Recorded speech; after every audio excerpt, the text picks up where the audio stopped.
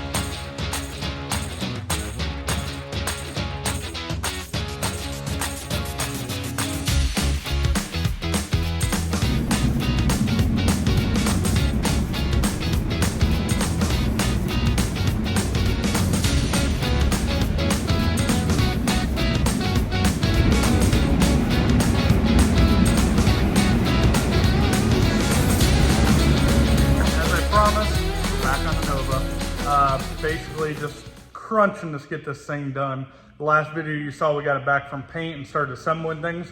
We're gonna keep going with that, bring some tech tips in this video, and show you some parts that we make here at Motion that are going on and why they make things easier, and then kind of explain like why we build things the way we do.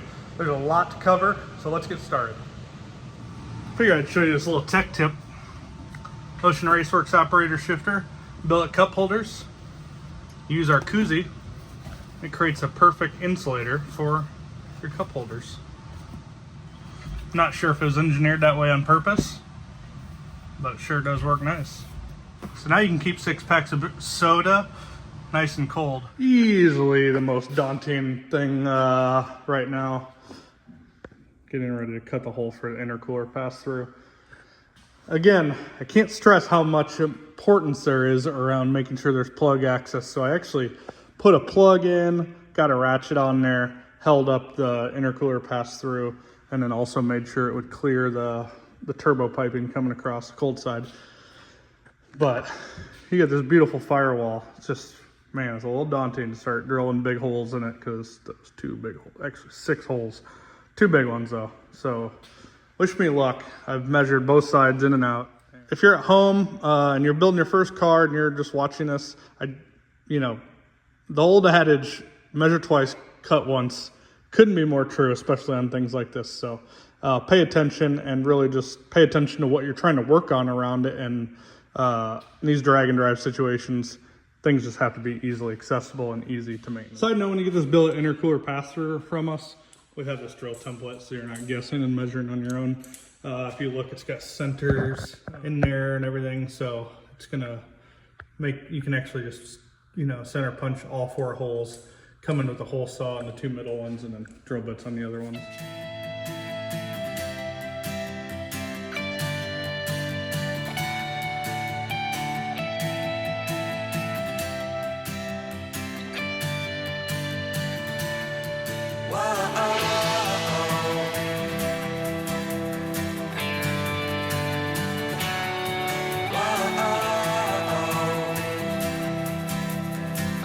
Overall, turned out quite well.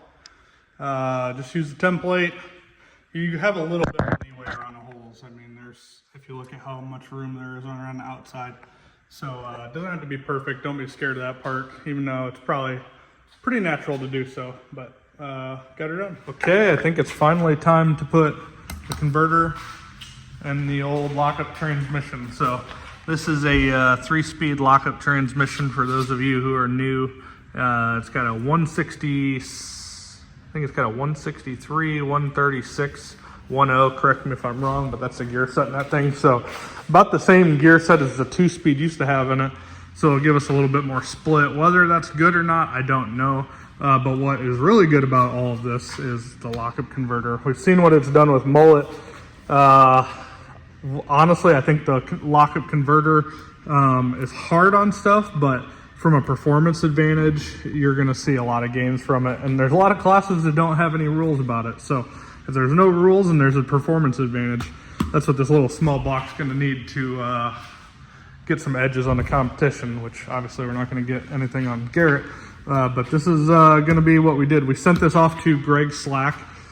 He builds all of our converters for our racing stuff. And unfortunately, this didn't get the normal Greg Slack paint job. It's aluminum converter. So this was actually based off of a cone core.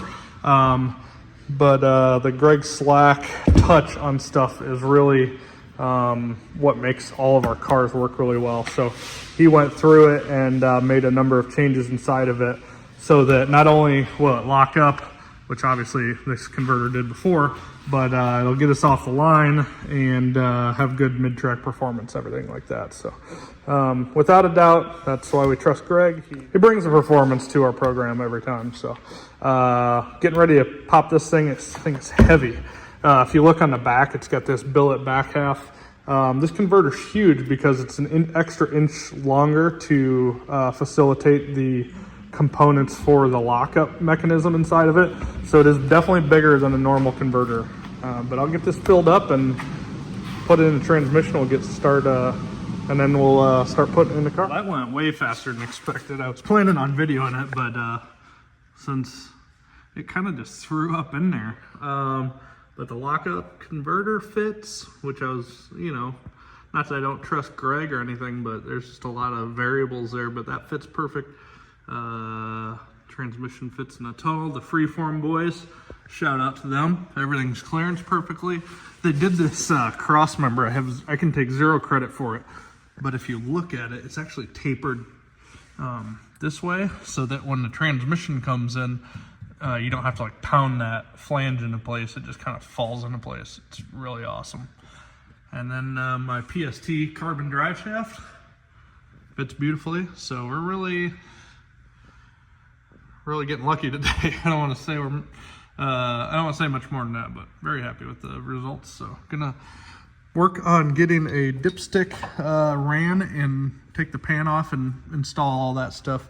That way we can check fluid, All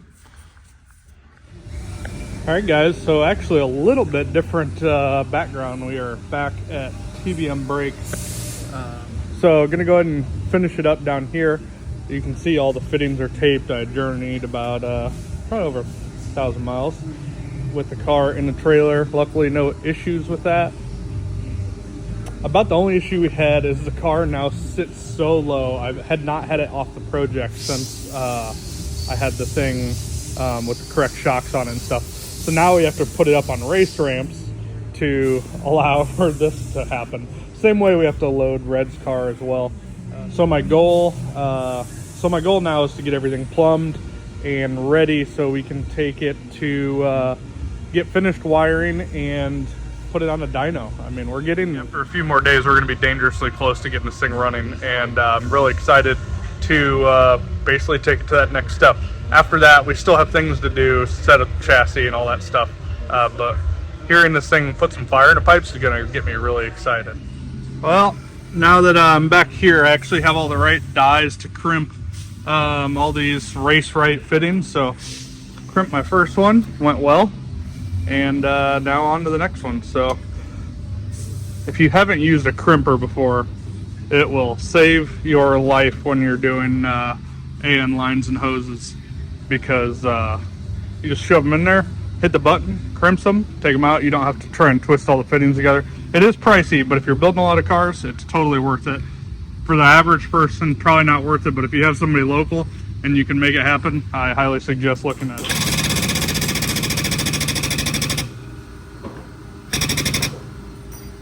All right, we got Preiko at work here. Yep. More than just a camera guy. Sometimes. Right now we are running transmission lines, and If you didn't already see it on the previous videos, all of the frame for the 25.2 is underneath this car. Gives us more room inside. Also gives us a nice path to run transmission lines. So even though this has a carbon fiber drive shaft, I'm running the transmission lines not exposed directly to the drive shaft because I want to make sure they're protected not only from the ground but also from the drive shaft should we ever have an issue. If you haven't seen a lockup before, they got a lot of extra lines. So on a lot of aftermarket transmissions, they reroute the circuit of fluid and take the top port out and return the fluid back here directly into the pan. But the bottom port here is we're going to get our converter line or converter pressure right off here. There's a T. One line goes to the dump valve lockup situation back here. Then we got our two lines that go to the back. This one's going to go straight to the back along the frame rail, and that one is. That's going to go through our traditional transmission cooler back there.